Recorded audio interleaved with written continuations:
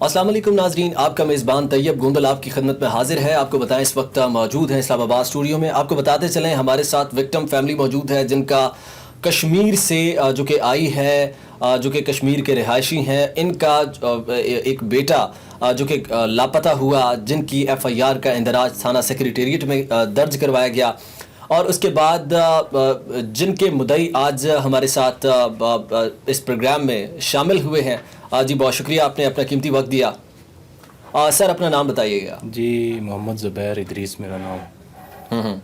جی سر، میرا تعلق آزاد کشمیر راولہ کوٹ ضلع پونچھ سے ہے، اور میں وہاں آزاد کشمیر میں ہی رہائش پذیر ہوں۔ یہاں سے میں نے 2009 میں شادی کی تھی اسلام آباد سے۔ تو میرے بچے جو ہیں وہ 13 جون کو وہاں سے آئے ہیں، آزاد کشمیر سے اپنے ننہال آئے ہیں۔ اسکول میں چھٹیاں ہونے کے بعد وہ ہمیشہ سے جب اسکول میں انہیں چھٹیاں ہوتی ہیں تو وہ آتے ہیں یہاں ننہال، خوشی ہنسی باسی میں نے ان کو بھیجا ہے وہاں سے۔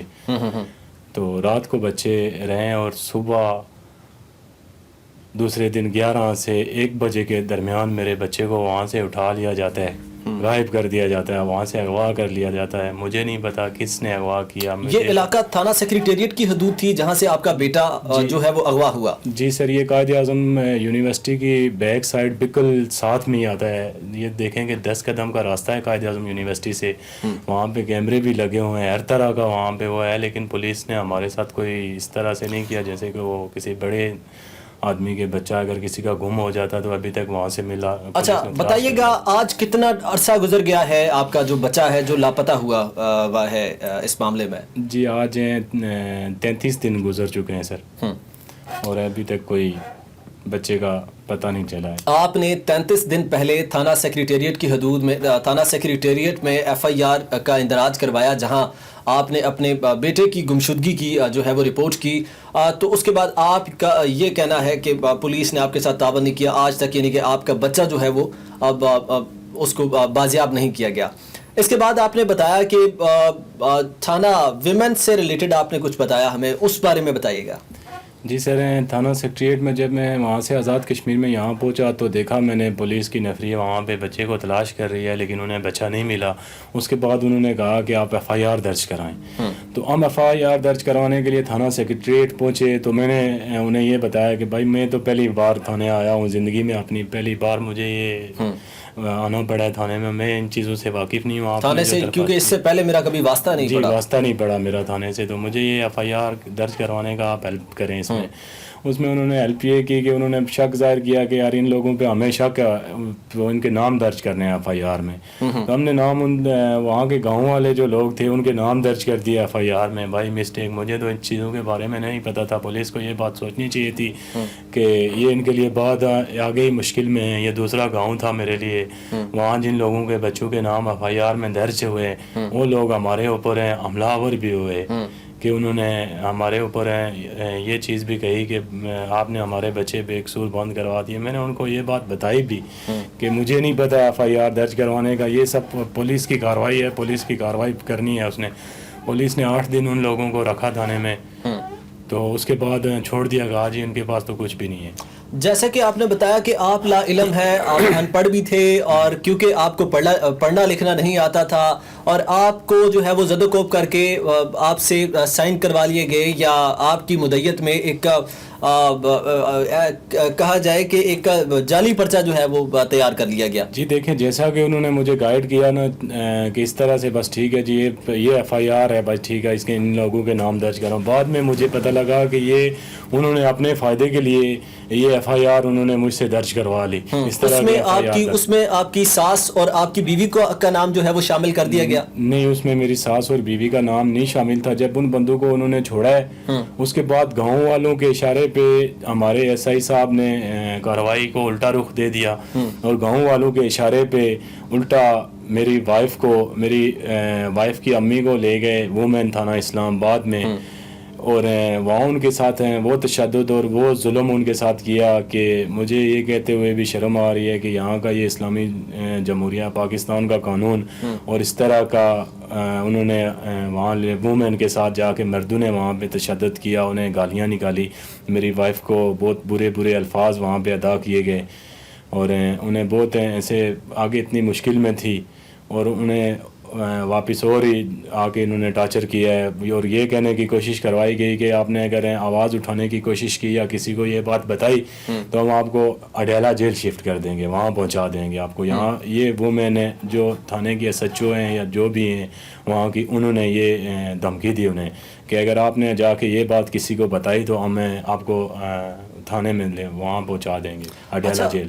آپ کی مسز کو انہوں نے کیا اریسٹ کیا تھا؟ آپ کی مسز اور آپ کی جو ساس ہے, آپ جیسے کہ بتا رہے ہیں, کیا انہوں نے اریسٹ کر کے تھانہ ویمن شفٹ کیا تھا؟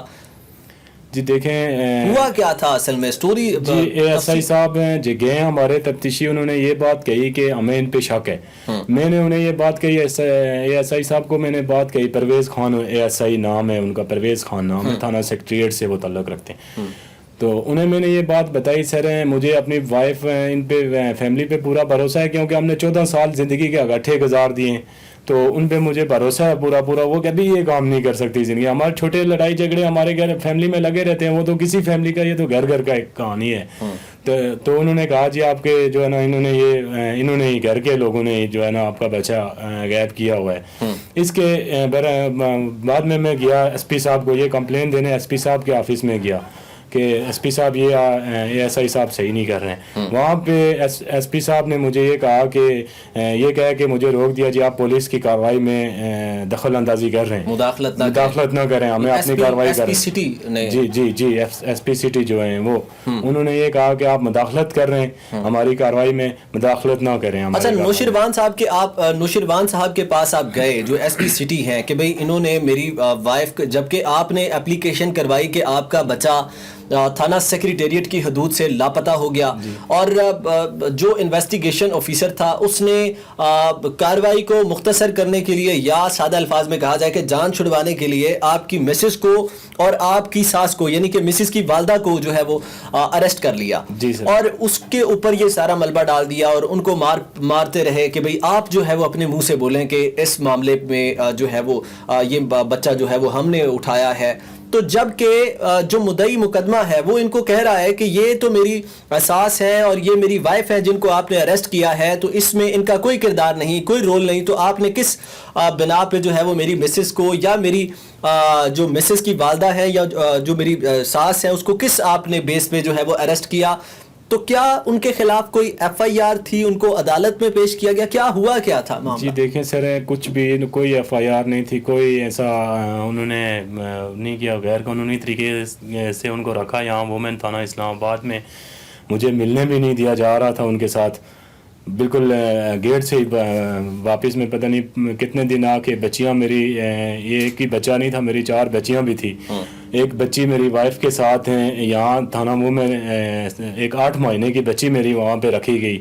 ٹھیک ہے, یہ مجھے کہتے ہوئے دل میرا پھٹ رہا ہے کہ جب 3 دن بعد میری وائف کے ساتھ جا کے اگر ملاقات جو وومن ایس ایچ او ہیں ان کے ساتھ میں جا کے جب میری ملاقات کا ہوا کہ ملنے دیں, تو میں جب گیا تو وہاں پہ مجھے دیکھ کے بچی کو, تو یہ دیکھیں ایک تو میرا بچہ لاپتہ ہے, ٹھیک ہے, اوپر سے میری بچی کو وہاں پہ انہوں نے دودھ تک نہیں دیا. ٹھیک ہے, وہاں پہ اسلام آباد میں جو ان کا یہ تھانہ ہے لیڈیز وومن تھانہ, وہاں پہ بچی میری بھوک سے بلبلا رہی تھی, کھانے کے لیے 4 دن ان کو بھوکا رکھا گیا, وہاں پہ کھانا نہیں دیا انہیں, اور غیر قانونی طریقے سے کسی جج کے سامنے انہیں نہیں پیش کیا, ایسے ہی بس ہمیں دبانے کے لیے کہ یہ اپنا کیس واپس لے لیں, یہاں سے چلے جائیں. اور میں یہ کہہ دیتا ہوں پاکستان کے تمام اداروں کو, پاکستان حکومت کو کہہ دیتا ہوں, میرے بچے یہیں پہ چلے جائیں چاہے میری جان یہاں پہ چلی جائے, میں یہاں سے اپنا بچہ لیے بغیر یہاں سے واپس نہیں جاؤں گا. پاکستان میں میرا بچہ غائب ہوا ہے تو پاکستان کی ذمہ داری ہے کہ میرے بچے کو لا کر دے, میرے بچے کو بازیاب کروائیں. یہ کون سا قانون ہے کہ جو آج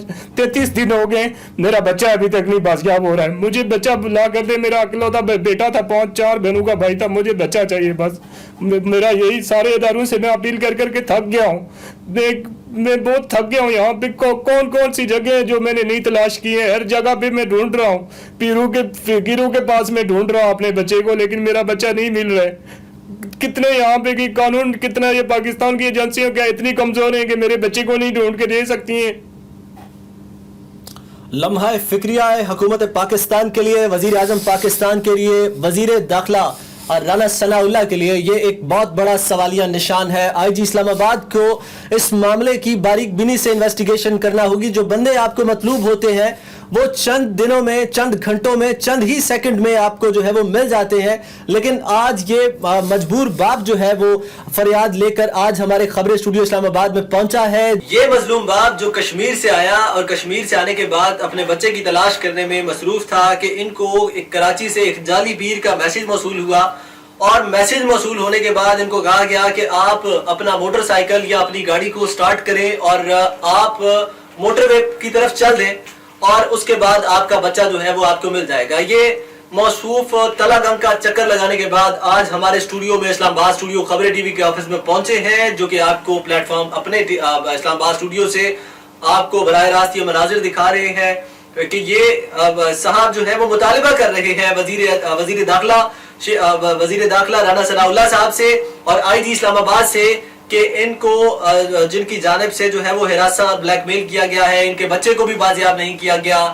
آپ کو جو پولیس ملازمین کو جو لوگ مطلوب ہوتے ہیں وہ گھنٹوں میں نہیں بلکہ سیکنڈز میں مل جاتے ہیں, لیکن یہ بیچارہ باپ جو کہ کراچی سے پہنچا ہے, کشمیر سے پہنچا ہے اسلام آباد میں, اور اپنے بیٹے کو تلاش کرنے کے لیے آج 33 دن گزر گئے, مگر اس باپ کا بچہ جو ہے وہ اس سے نہیں ملا, جبکہ اس کی مسز کو اور اس کی ساس کو اریسٹ کر کے خوب مارا گیا اور جو ہے وہ پھر چھوڑ دیا گیا. نہ عدالت میں پیش کیا گیا, نہ کوئی ایف آئی آر ہوئی, ڈرایا دھمکایا گیا اور ایف آئی آر واپس لینے کو جو ہے وہ ان کو جو ہے وہ فورس کیا گیا کہ آپ اپنا مقدمہ جو ہے وہ واپس لے لیں. پولیس نے ان کی جو ہے وہ ان کی جو مقدمہ تھا اس کی باریک بینی سے انویسٹیگیشن نہیں کی ہے. ناظرین, اسی حوالے سے ہم اس پروگرام کے حوالے سے آگے بھی جو معاملات ہوں گے ان سے آپ کو باخبر کرتے رہیں گے. ان میں جو کنسرن لوگ ہیں, جو تھانہ ویبن کی ایس ایچ او صاحبہ ہیں مصباح صاحبہ, یا جو تھانہ سیکریٹریٹ کے جو اس وقت کے ایس ایچ او تھے, یا جو ان کے متعلقہ افسر تھے جنہوں نے ان کے ساتھ زیادتیاں کی ہیں, ہم ان سے بھی ان کا موقف شامل کرنے کی کوشش کریں گے.